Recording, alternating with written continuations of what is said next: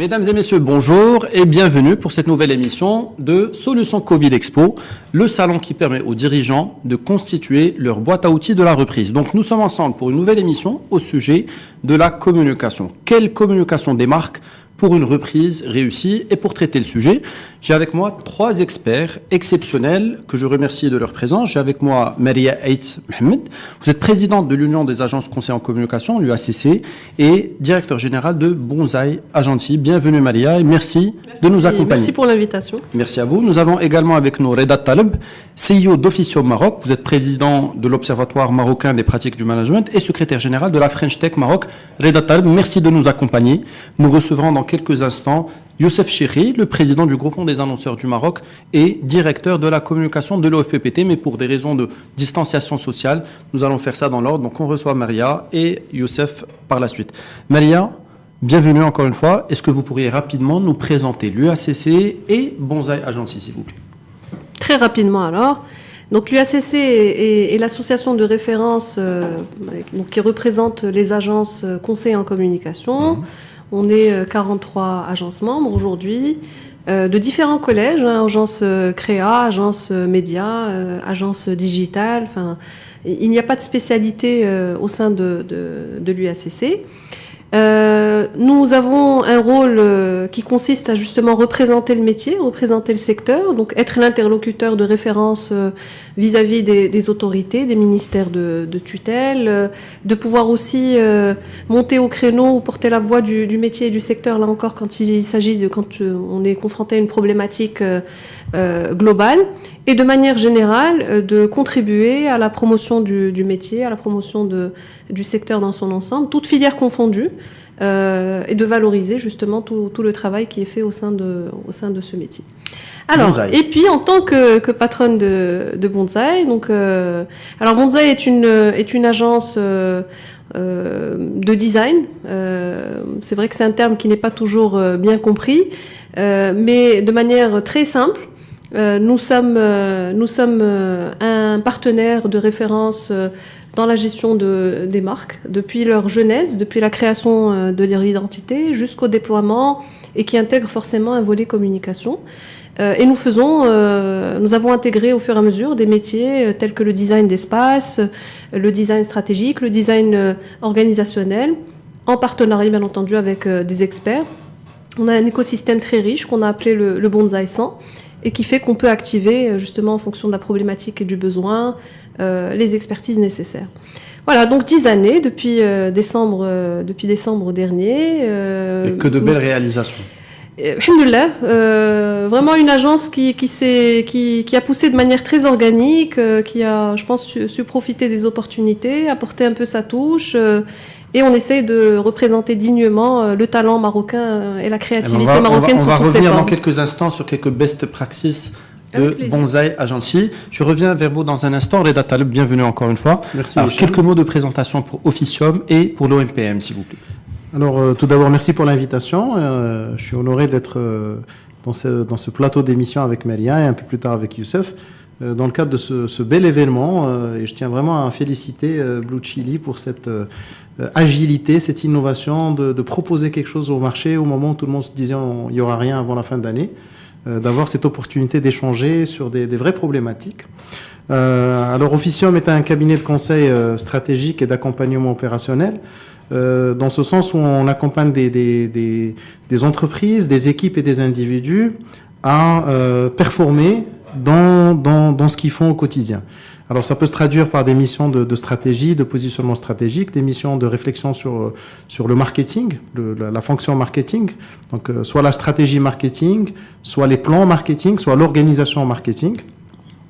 Et pour ce faire, on intervient un peu comme Maria le présentait pour Bonsaï, effectivement avec un écosystème où on mobilise des expertises aussi bien internes qu'externes pour répondre aux problématiques des personnes et des organisations qui nous font confiance, qui font appel à nous, pour réfléchir avec eux sur la bonne définition de leurs problématiques et proposer des solutions qui peuvent être des ateliers, qui peuvent être des réflexions, qui peuvent être de l'accompagnement, de l'accompagnement au mode coaching. On favorise beaucoup la transmission de compétences lors de nos interventions.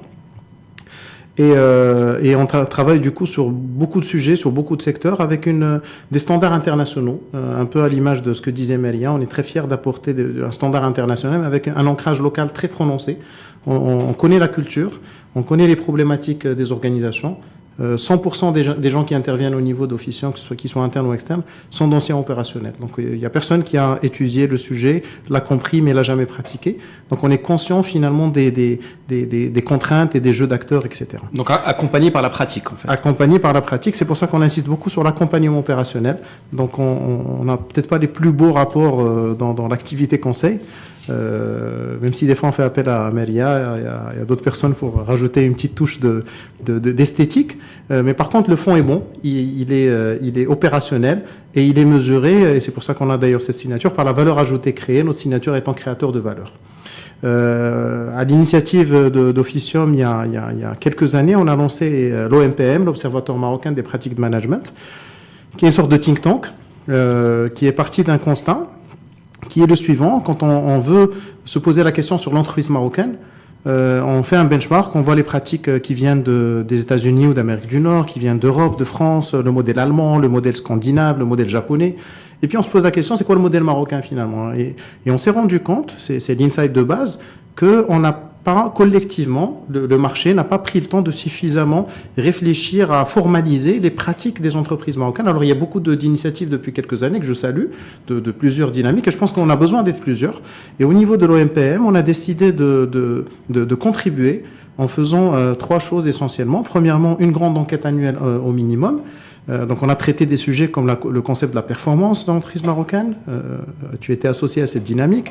On a traité le management de l'innovation. On a traité le phénomène 4.0 et l'entreprise marocaine. On a traité dernièrement le concept de sortie de crise, justement, dont on va un peu parler. Donc on essaie à chaque fois de voir quelle est la pratique à travers des enquêtes nationales qu'on mène avec des partenaires et à travers des débats concrets. Donc c'est un premier axe, c'est l'enquête. Deuxièmement, c'est la formalisation de l'existant et on le fait en partenariat très proche avec le monde académique. Donc on associe des chercheurs, des étudiants, des élèves, des enseignants pour trouver un espace de réflexion et de formalisation des pratiques managériales de l'entreprise marocaine. Et troisième chose qu'on fait, c'est qu'on produit du contenu, c'est-à-dire des articles scientifiques, là également en partenariat avec plusieurs composants de notre écosystème. Et ça permet au fil du temps, aujourd'hui on est fiers de la réalisation, mais on a encore beaucoup d'ambition. Et c'est une plateforme très ouverte, où on associe, aussi bien au niveau local qu'international, des praticiens qui peuvent apporter de la valeur ajoutée dans cette réflexion. Merci infiniment, Reda Taleb. Se dépasser pour relever de nouveaux défis. BMCE Bank of Africa devient Bank of Africa. Maria, on sort d'une période très particulière, 3-4 mois de confinement, on en entame une autre, probablement quelques mois difficiles au niveau mondial, au niveau de tous les secteurs. Quelle a été l'attitude des agences conseils en communication au Maroc précisément? Quelle a été l'attitude de vos membres?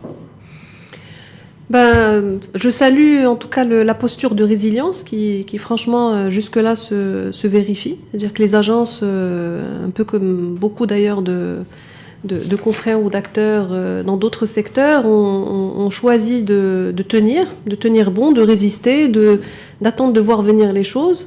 Donc pendant cette période, bien entendu, tous ont souffert de baisse de chiffre d'affaires. Ça va de 50 à 100% en fonction de l'activité. L'événementiel, par exemple, a été, et encore aujourd'hui, est complètement à l'arrêt. Voilà, bon, sauf quelques initiatives payantes, et celle-ci en fait partie. Je salue d'ailleurs, je rejoins Reda pour saluer l'initiative, et puis justement saluer toutes les démarches qui au final résistent, essayent de challenger, de sortir des sentiers battus et de trouver des solutions. Et en cela, je reconnais le système D très marocain. Je pense qu'on a toutes nos chances. Je parlais tout à l'heure de talents marocains et de compétences. Et je pense qu'on a cette capacité à voir la petite lumière au bout du tunnel et à trouver des solutions, à creuser suffisamment longtemps et suffisamment fort pour pouvoir trouver des solutions. Donc je crois beaucoup à cette résilience justement des entreprises marocaines et des citoyens marocains de manière générale. Ça s'est vérifié pendant la période de confinement et j'espère que ça continuera à être le cas. Donc voilà, les agences ont tenu bon jusque-là. Bien entendu, un constat généralisé de crise, variable d'un métier à l'autre. mais toutes, jusque-là, ont choisi de continuer, de maintenir dans leur globalité le staff. Donc très peu ont licencié, certaines l'envisagent peut-être à partir de maintenant, si la situation ne s'arrange pas, mais jusque-là, en tout cas, il y a eu un mouvement de solidarité générale pour maintenir le staff, pour maintenir le contact avec les clients, avec les annonceurs de manière générale, avec les médias. Il y a eu énormément de discussions et de partages et d'offres innovantes qui sont nées justement de discussions entre les agences et les médias. Tout ça pour essayer vraiment de maintenir un rythme, même bien entendu réduit, mais en tout cas garder une cadence, garder un contact, garder un lien. Continuer à fonctionner. Continuer à fonctionner, voilà. Alors, vaille que vaille. On a un point assez important, c'est que souvent, pendant les périodes de crise, la crise joue un rôle d'accélérateur. Et on a souvent parlé d'innovation, de créativité. Les agences conseils en communication sont connues comme étant des temples de la créativité et des temples de l'innovation.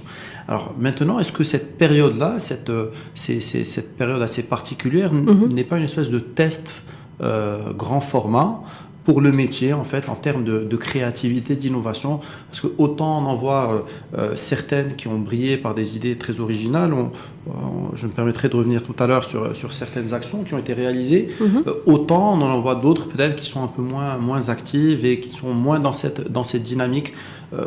Comment vous voyez ce volet-là? Ben, vous avez raison, effectivement, toute crise constitue un stress test. C'est une espèce de révélateur on en a beaucoup parlé avec des confrères, avec des managers qui finalement aussi ont découvert la réalité de certains profils, de certains collaborateurs, parce que quand on est acculé, quand on est face à la crise, ben finalement, soit on a la capacité de révéler le meilleur de nous-mêmes, soit on flanche, et c'est là où effectivement ça constitue un vrai test pour nous tous. La créativité, oui, elle continuera à être essentielle.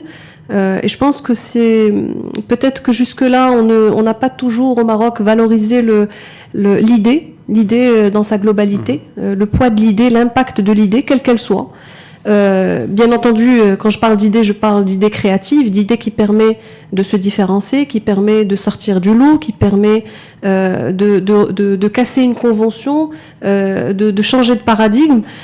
L'idée va être encore plus essentielle dans les mois que nous aurons à vivre, et c'est là où les agences, les entreprises, les marques les plus innovantes, les plus résilientes, celles qui vont oser finalement, recevront une prime au risque, quoi. Il y aura vraiment une récompense pour ceux qui tiendront bon et qui prendront les bonnes décisions, peut-être pas les plus attendues. En temps normal, quand tout va bien, on est souvent suiveur. On attend que l'autre fasse pour pouvoir faire la même chose. Je pense que ça marchera plus.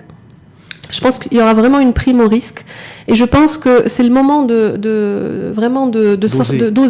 d'oser, d'innover, de sortir du cadre, parce que finalement c'est cela qui fera qu'on émergera du lot et qu'on pourra vraiment marquer des points et impacter durablement. Je pense aussi je me dois de mentionner le fait que, j'ai parlé de lien à l'instant, il faut garder le lien. Ce lien est essentiel. Je redoute un comportement de frilosité. Je redoute vraiment, si pour moi il y a un risque, une menace à mentionner, c'est celle de l'hibernation. Salim Cheikh, il y a quelque temps, parlait de confinement des marques. On s'est déconfiné, mais certaines marques continuent à être confinées. Et quand je dis marque, je parle vraiment d'entreprise au sens large.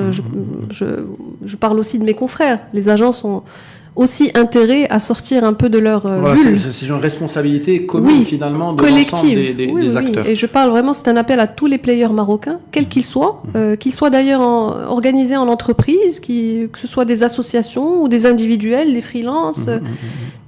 Quel que soit le métier, quel que soit le niveau de compétence, je pense qu'on a encore plus que jamais aujourd'hui l'obligation, la responsabilité de nous connecter à notre monde, à notre écosystème, de sortir de notre bulle, de créer des passerelles, de discuter, de chercher des solutions, d'être généreux, Et d'aller de l'avant finalement. Oui, de globale. casser ce cercle un peu vicieux qui est en train peut-être de s'installer pour certains. Et je pense que ce sera forcément payant. Encore plus aujourd'hui que ça ne l'a été par le passé. Merci Mané, je reviens vers vous dans un instant. Reda Taleb, vous êtes un spécialiste de l'innovation. Vous avez même mené une étude récemment sur le sujet auprès des entreprises marocaines. Alors, on a parlé des agences conseillères en communication, mais d'une manière globale, comment se porte l'innovation et je vais associer la créativité à l'innovation. Vous me direz si j'ai raison ou pas. Comment se porte l'innovation au niveau de l'entreprise marocaine, d'une manière globale? Alors, un point important pour mettre le contexte et pouvoir apporter une réponse, et je vais faire la transition aussi avec ce que disait Maria. Je pense qu'on a entendu et réentendu, ça ne m'empêche de le redire. J'aime bien le terme chinois qui définit la crise, le weiji, qui veut dire danger, et point de basculement, point d'opportunité. Et je pense que c'est un état d'esprit. Nous avons d'ailleurs au niveau d'Officium, avec les équipes, rapidement pensé à comment on peut accompagner nos clients, nos marques durant cette période. Et on a développé un plan qu'on a appelé Weiji. On a développé deux, le deuxième je le garderai pas après, mais Weiji était une philosophie de dire OK, le marché est en train d'être bousculé, ça va être dur, qu'est-ce qu'on peut faire? Et un peu à l'image d'acteurs qui ont rebondi dans des secteurs où on les attendait pas. On parlait de Blue Chili par rapport à ce salon-là. Il y en a d'autres aussi qui ont fait des choses exceptionnelles. On les attendait le moins. Et effectivement, il y a un lien entre créativité et innovation. Globalement, l'entreprise marocaine innove. Effectivement, c'est un peu on a mené une grande étude sur le sujet il y a 2 ans, mais on l'actualise en fait chaque année à travers des réunions d'experts. Et donc pour essayer d'apprécier les tendances. Et on s'est engagé à en faire une autre, probablement d'ici milieu de l'année prochaine, pour actualiser un peu les tendances de manière quantitative. Alors le lien avec la créativité, c'est que dans les 2 cas, on va associer des sources d'informations qui sont différentes et d'apparence déconnectées. Et c'est de là effectivement d'où vient le génie, c'est de pouvoir trouver dans un contexte qui est changeant, non pas s'accrocher à sa zone de confort et donc du coup perdre le moral et baisser les armes, comme on dit, mais au contraire, identifier dans ce mouvement qui est plutôt négatif, et c'est pour ça que j'ai commencé par dire le Weiji, quel est finalement le point de basculement et comment moi en tant qu'acteur, parce que c'est un sujet qui devient assez égoïste, j'adhère à ce que dit Maria, la relance ne peut être que globale, que si tout le monde s'y met, mais à un certain moment, le tout le monde est conceptuel, c'est que chacun doit s'y mettre. Mais au passage, qu'on se le dise, il y aura des dégâts, parce que s'il y a une crise, il y aura des dégâts, mais je le dis comme je le pense, les plus forts en sortiront renforcés. Et l'innovation sera un atout. Alors l'innovation peut être portée par plusieurs choses. D'abord par la digitalisation. On a vu, l'administration marocaine a été impressionnante. Je parle de l'administration parce que c'est un peu dans le collectif, le mental collectif, un peu le mammouth qui avait du mal à prendre des décisions, à aller de l'avant. Et pourtant, on a vu des services qui ont été digitalisés très rapidement. Les entreprises publiques, les entreprises privées, qu'elles soient de grande ou de petite taille, les multinationales. Et donc, la digitalisation a permis, pendant cette période, finalement, d'assurer de la continuité, de sortir de nouveaux offres de services, d'assurer une certaine cohérence dans l'offre de services et dans la vie du consommateur. Et je pense que la communication et les agences ont effectivement un rôle. Alors, il y a eu de grands débats sur la période confinement, Ramadan, une hausse significative des audiences, une baisse significative des investissements, c'est contradictoire.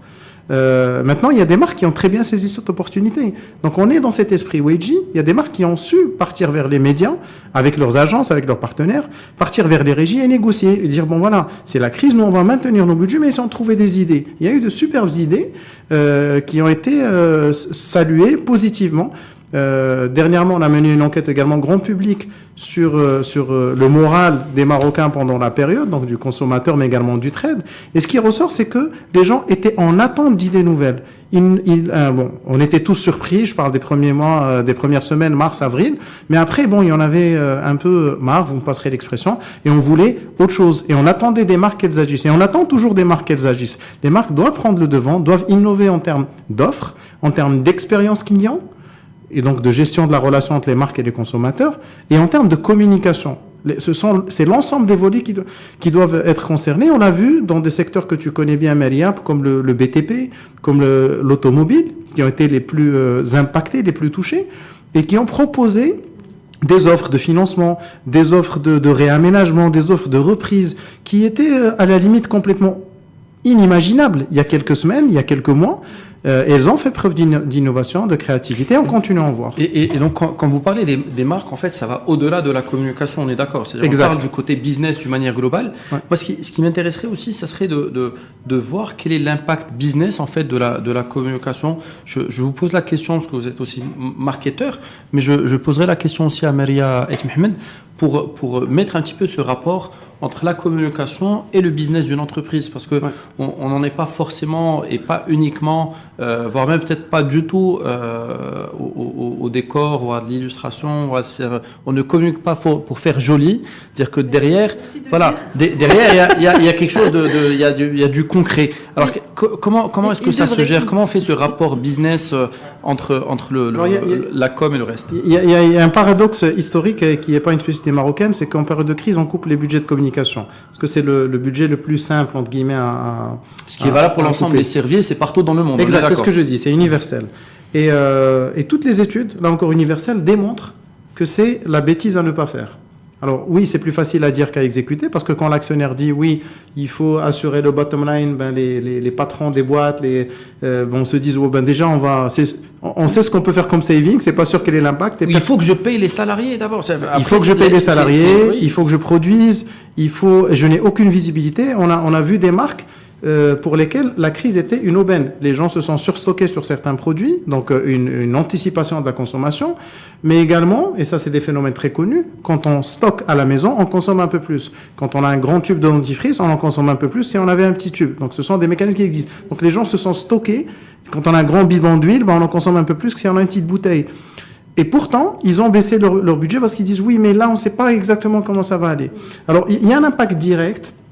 Et des fois, on se met en situation, on coupe les budgets. Du coup, il y a moins de business parce qu'on a coupé les budgets. Mais en post-rationnel, on dit heureusement qu'on a coupé parce que regarde, il y a moins de business. C'est paradoxal. Il y a beaucoup de chiffres. Je suis sûr que Maria va en donner. Il y a eu des études d'impact sur les investissements publicitaires au Maroc par rapport au PIB. I will not hijack it. Je ne piraterai pas parce que je sais que Maria porte ce sujet. Je le dis à ta place, mais c'est son message. 1 dirham investi en communication, c'est 15 dirhams de PIB. On peut débattre, on peut dire il y a une marge d'erreur, c'est peut-être 14, c'est peut-être 16, mais peu importe. Il y a un impact direct. En France, c'est 1 euro pour 7 euros. 1 euro pour 7 euros. Chaque pays, finalement. Au Maroc, on est convaincu que c'est un peu plus, pour différentes raisons qu'on peut expliquer, mais c'est pas l'objet de cette table ronde. Donc il y a un impact direct. Et de toute façon, pour être très très pragmatique, en période de crise, le consommateur attend qu'on le prenne par la main. Et il attend des marques de lui suggérer de reprendre des habitudes de consommation. Il attend des marques qu'elles lui proposent des nouveautés. Et donc l'investissement en communication dans le sens large, en publicité particulièrement, et en marketing de manière plus approfondie, parce que c'est aussi des opportunités d'écoute du consommateur, sont indispensables pour permettre la reprise. Merci Reda Taleb. On va avoir l'occasion aussi d'en discuter avec Youssef Chikhi, le président du groupement des annonceurs du Maroc, qui est avec nous. Pensez un avenir commun pour élargir nos horizons. BMCE Bank of Africa devient Bank of Africa. Maria, quel est l'impact business de la communication pour vous? Quel message portez-vous sur il est certain, déjà effectivement c'est ce que disait Reda, l'impact est vérifié, avéré, universel. Après effectivement la communication reste le parent pauvre des décisions stratégiques et malheureusement n'est souvent même pas associée à une décision stratégique. C'est pour ça qu'on peut couper aussi facilement une ligne budgétaire liée à la communication, c'est parce qu'on a l'impression que un peu c'est comme si on avait coupé l'entretien de la clim. Je vous assure que on est parfois classé dans la même catégorie. J'ai entendu ça, c'est une anecdote avérée. Donc on cherche à négocier des contrats, lequel on peut couper le plus facilement, c'est l'entretien de la clim et la com. Et malheureusement, effectivement, c'est celui à ne pas couper. Et paradoxalement, en fait, la clim ou la com? Les deux. Surtout en temps de Covid. Il faut l'entretenir la clim parce que le virus. Non, les deux. Alors, c'est une décision stratégique et malheureusement, il y a une vraie déconnexion entre... c'est souvent lié d'ailleurs à... C'est organisationnel aussi, c'est-à-dire que la direction communication n'est pas toujours directement rattachée à la direction générale. Et de manière générale, on a l'impression que effectivement, c'est une fonction de cosmétique, d'esthétique. Un peu comme quand Reda me demande de soigner un peu ses présentations. Mais on ne fait pas que ça, fort heureusement. Je confirme. Fort heureusement, effectivement, on a une fonction d'abord de création de liens aux consommateurs. Une agence de com, son premier rôle, c'est de transmettre une connaissance du consommateur. Nous traquons finalement, notre rôle, c'est de comprendre le consommateur, d'aller identifier cet insight, cette promesse, ce message qui va déclencher quelque chose, une émotion, un acte d'achat. Et donc forcément, on apporte finalement aux marques ce recul par rapport à leur marché. Une démarche clé de notre méthodologie, c'est d'aller benchmarker, c'est de voir ce qui se passe sur le marché local, à l'international. Qu'est-ce qu'on peut aller emprunter comme best practice? Alors, en parlant d'international, pardon Oui. de vous couper, mais en parlant de Oui. benchmark international, est-ce que vous avez des exemples comme ça de bonnes pratiques? Parce que juste après, je vous poserai la question avec votre casquette bonsaï. Oui.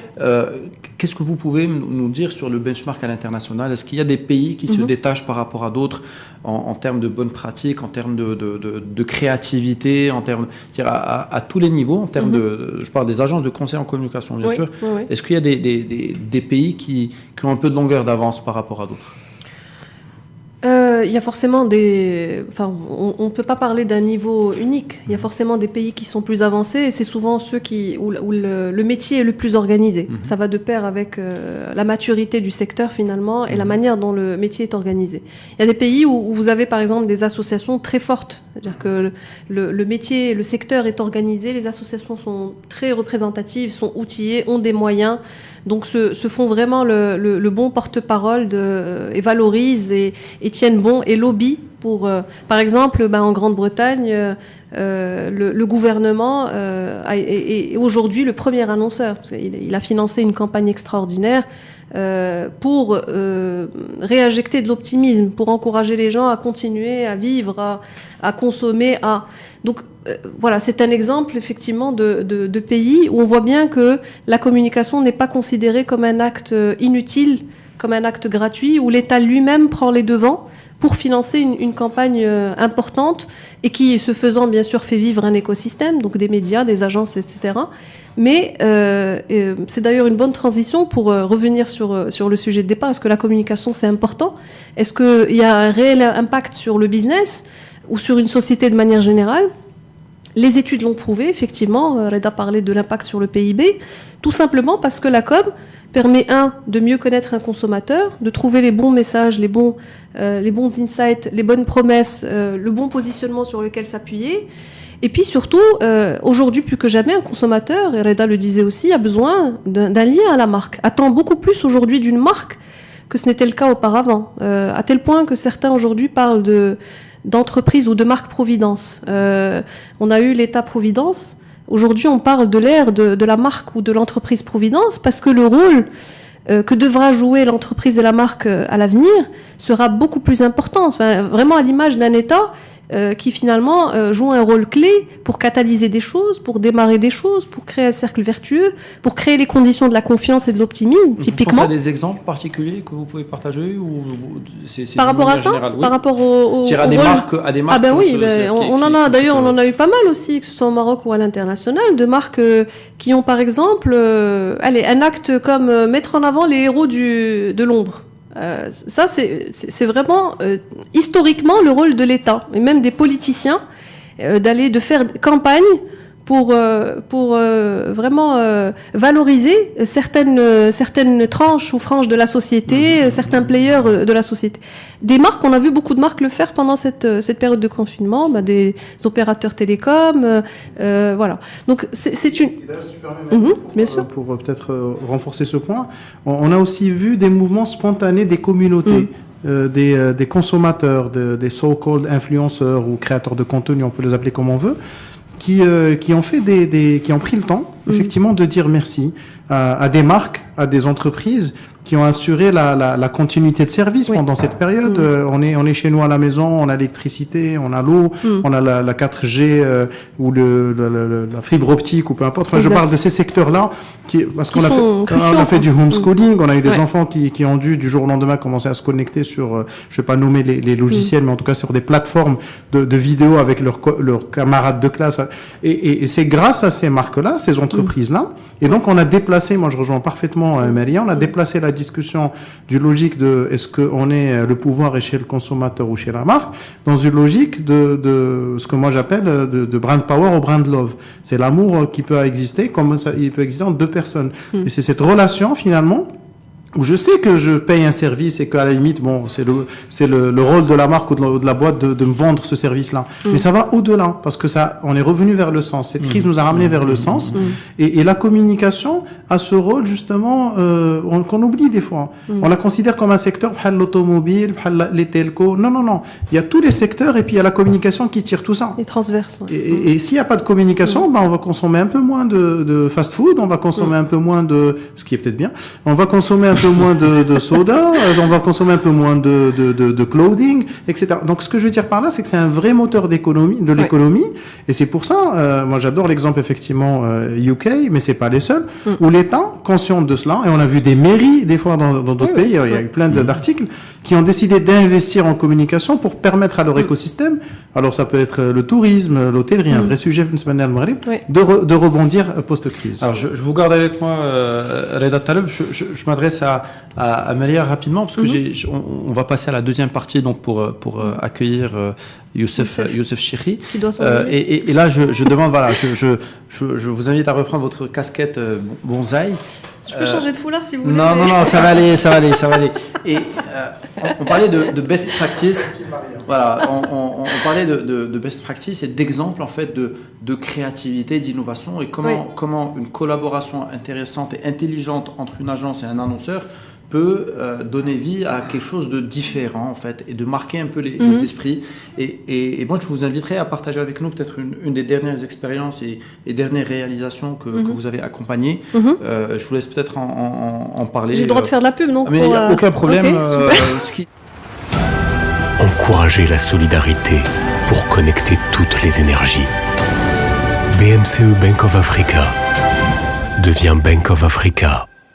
Ce qui nous intéresse, voilà, c'est vraiment de pouvoir donner des exemples très concrets et puis inspirer, donner envie en fait aux agences et aux annonceurs aussi d'une manière globale d'aller de l'avant et puis de sortir un peu des sentiers battus parce que je pense que à un moment donné on déplace le débat et il faudrait que l'échange aille dans cette direction-là où on va rehausser un petit peu le niveau global et côté agence et côté annonceur et je pense que ça se fait par l'exemple. Oui, on est d'accord, effectivement. À vous la parole. C'est effectivement le bon timing pour distiller tous les messages positifs possibles et effectivement créer une espèce d'étincelle. Oui, alors nous, on a eu la chance à Bonsaï de pouvoir accompagner depuis déjà quelques années, depuis 6 ans, depuis la création de cette marque. Et c'est un bel exemple d'ailleurs de collaboration agence-annonceur. On n'en parle pas suffisamment des belles collaborations et il y en a pas mal. Et je pense que c'est ce genre de collaboration qui crée de belles alchimies et qui font avancer le business, l'économie, mais aussi la créativité, le talent. Vraiment, il faut qu'on multiplie ces mariages heureux. Et qu'on fasse tout. D'ailleurs, on a un joli chantier avec Youssef. Je te jette la balle, Youssef, sans transition. Un beau chantier justement de charte de collaboration agence-annonceur pour favoriser ce type de climat de confiance et de collaboration saine qui font naître de belles idées, de belles actions. Et l'action dont je voudrais vous parler, c'est celle qu'on a menée dernièrement avec Yamed Capital, donc qui est un promoteur immobilier. Nouvelle génération, qui est né il y a 6 années à peu près. Ce promoteur, au départ, nous avait confié la mission de lancer un projet immobilier. Donc, il n'y a pas plus classique que ça. Dans le cadre d'un événement de lancement. Donc, le sujet t'intéresse à double titre, Hicham.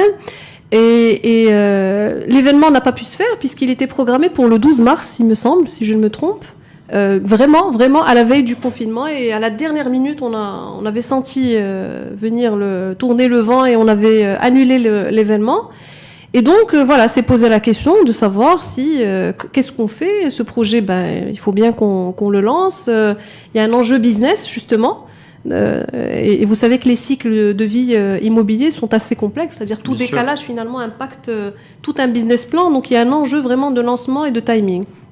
Et donc voilà, c'est posé la question, est-ce qu'on fait un webinar ? Est-ce que on fait un événement virtuel ? Est-ce que on ne fait rien ? On fait une campagne de com classique ? Et on a eu l'idée, partons vraiment d'une discussion, hein, c'est comme ça que naissent aussi les belles idées avec le client, justement, c'est pareil que je parlais de je sais pas qui avait dit ça, de la discussion jaillit la lumière. Jaillit la lumière, donc il y a eu une belle lumière, ces lumières-là sont possibles quand il y a déjà une connivence et un terrain de confiance. Et on a discuté justement finalement de la vision, on est revenu sur la vision de cette marque qui a toujours été de se positionner comme un promoteur nouvelle génération qui devait apporter du bien-être dans la vie des Casablancais, qui a un bel attachement à la ville de Casablanca. On est revenu sur l'initiative qui consistait à aller rassembler avec l'aide de Si Mohamed Tanji, qui est un collectionneur hors pair qu'on ne connaît pas suffisamment au Maroc, mais qui est une bibliothèque humaine et qui a une collection extraordinaire.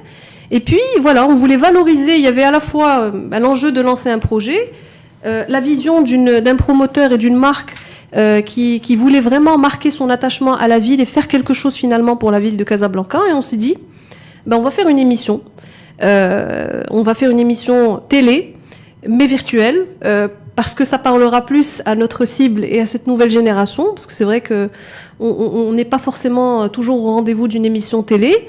Et on s'est dit, allez, pourquoi pas les deux au final. Donc, ce faisant, on a contacté 2M qui a répondu présent très rapidement dans les 48 heures. On salue d'ailleurs les équipes de 2M. Qu'on salue, qui ont fait un boulot extraordinaire. Je voudrais juste préciser que tout ça s'est fait en 3 semaines. Nous avons monté une émission standard international en 3 semaines, en mobilisant des intervenants locaux et internationaux de différents métiers, différents horizons. Il y avait, je ne vais pas tous les citer, mais vous aviez Madame la ministre Nadia Ftah, vous aviez un Richard Atias, vous avez un Mohamed Tanji, une artiste Aïcha Beloui, une architecte, il y avait Rachid Endel aussi.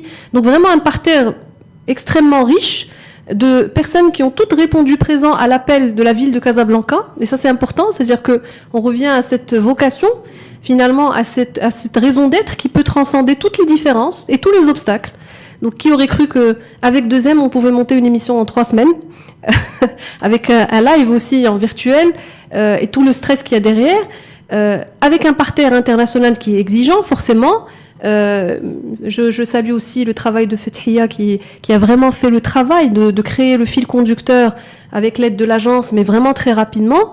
Et tout ça dans un objectif qui finalement a dépassé le simple lancement du projet, mais qui a quand même servi le lancement du projet. Faut le préciser. Résultats finalement, quels ont été les retours? Résultats, nous on est très fiers parce que on a fait gagner à la ville de Casablanca un mécène. Yamed a signé un partenariat longue durée avec 2M pour la valorisation du patrimoine casablancais. Se promet aussi d'être vraiment le sponsor d'action pour la ville.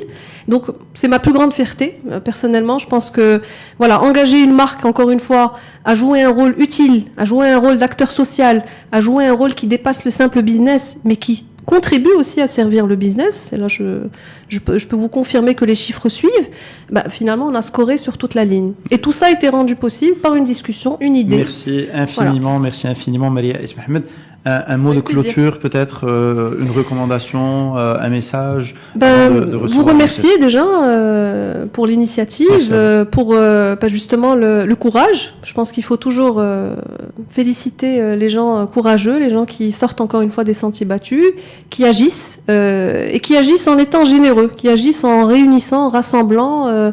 Et pas de manière égoïste en voulant briller seul. Je pense que c'est vraiment la clé, encore une fois je reviens sur cette idée de penser aux autres dans tout ce qu'on fera dans les mois à venir, et donc vous remercier, et puis surtout un petit mot d'optimisme, voilà, soyons positifs, contribuant à recréer les conditions de cette relance, communiquons, il faut quand même que je le dise. Et tout ça dans l'intérêt général. Merci infiniment, Maria Es Mohamed. Mesdames et messieurs, restez avec nous. Nous nous retrouvons dans quelques instants avec la deuxième partie de notre émission avec Youssef Chekhi, président du groupement des annonceurs du Maroc.